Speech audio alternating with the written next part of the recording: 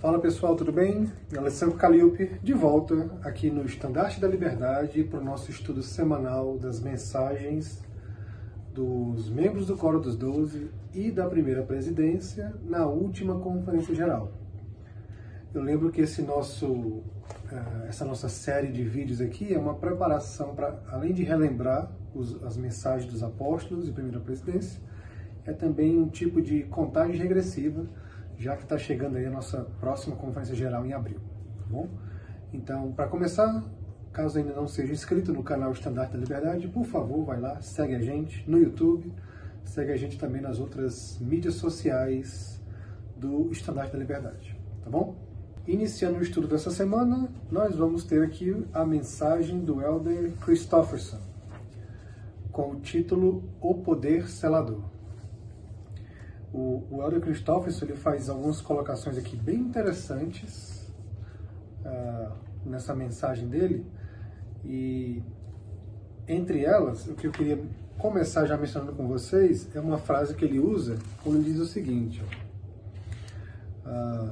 temos a tendência de pensar que a autoridade seladora se aplica apenas a certas ordenanças do templo, mas essa autoridade é necessária para tornar qualquer ordenança válida e indissolúvel após a morte.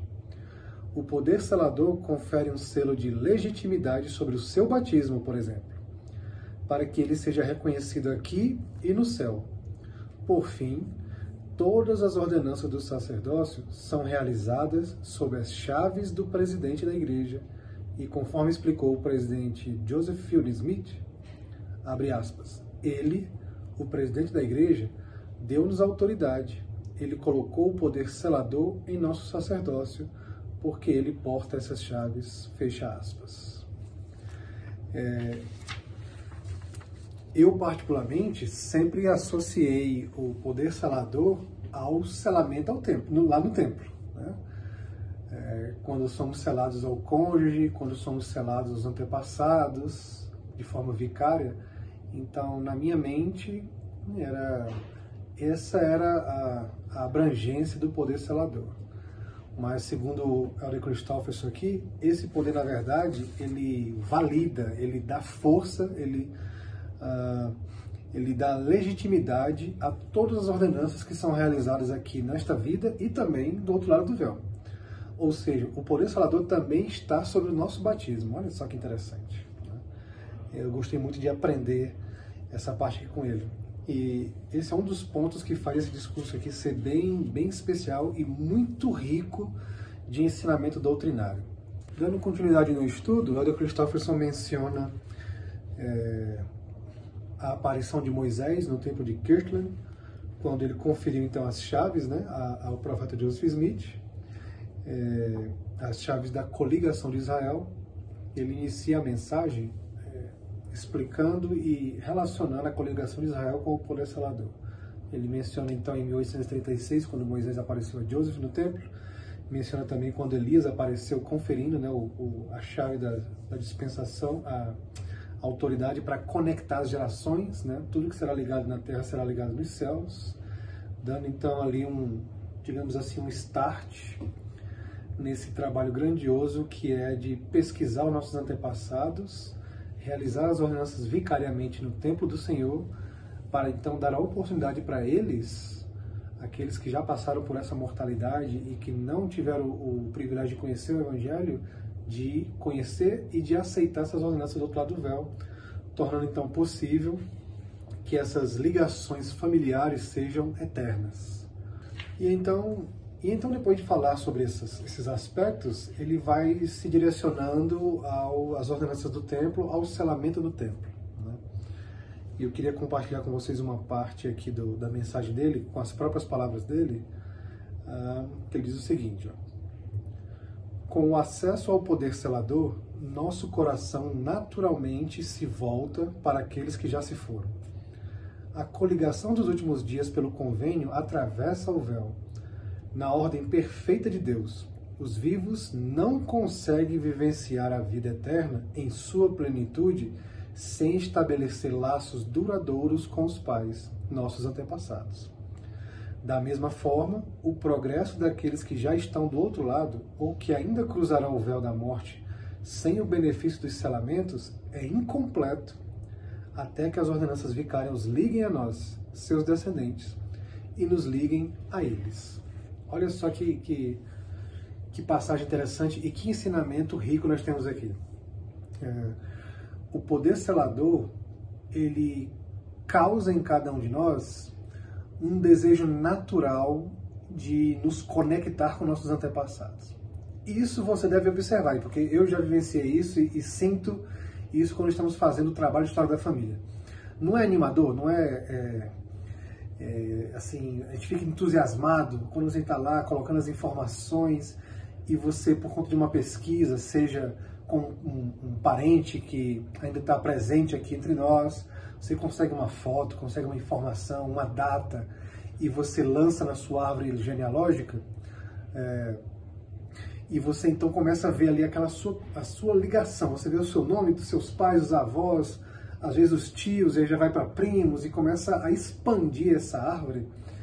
Então, o Elder Christofferson ensina que é graças ao poder selador que nós temos esse desejo natural e que pode ser ainda mais ampliado de conectar os nossos antepassados.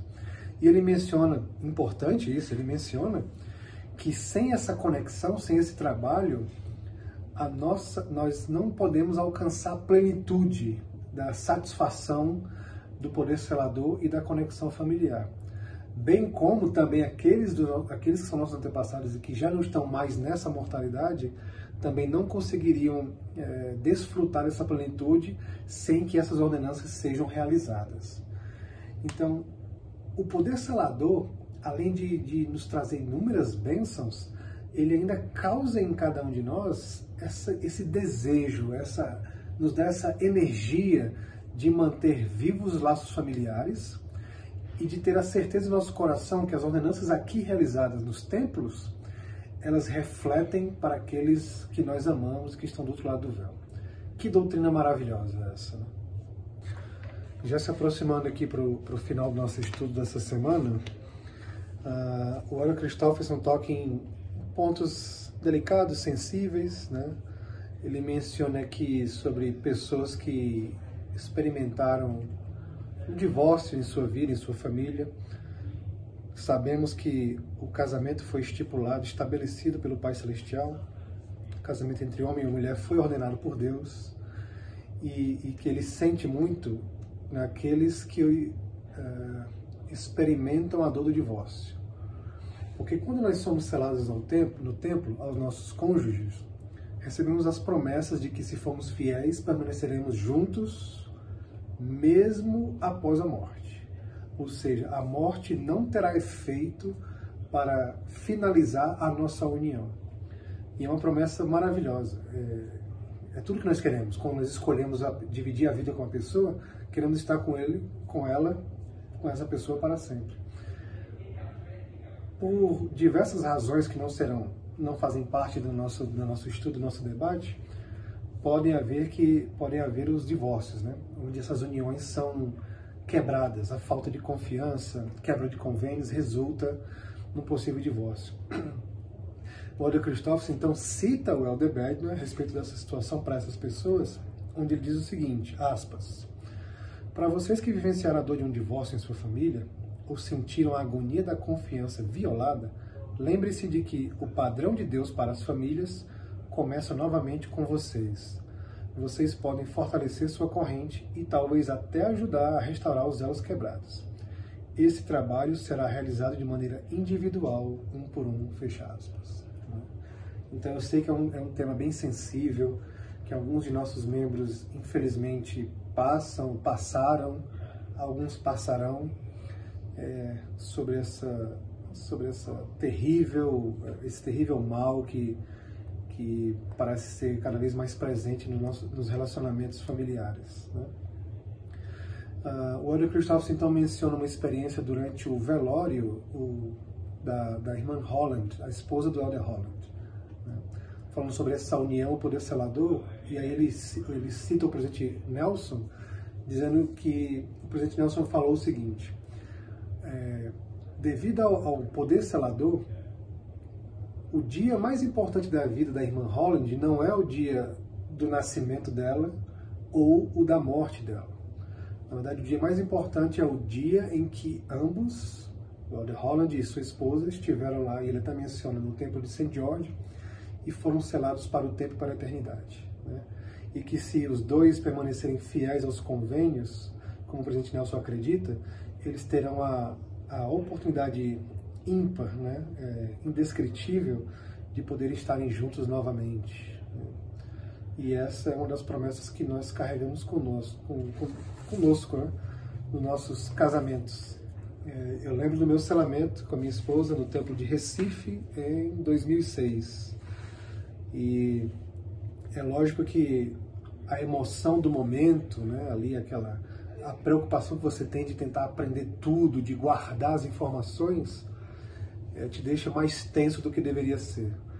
Mas o momento em que somos selados ao cônjuge, em que as promessas são proferidas, e que nós renovamos os nossos desejos de sim, de compartilhar a eternidade ao lado um do outro, é sem dúvida o momento mais sublime para um membro da igreja, para um casal.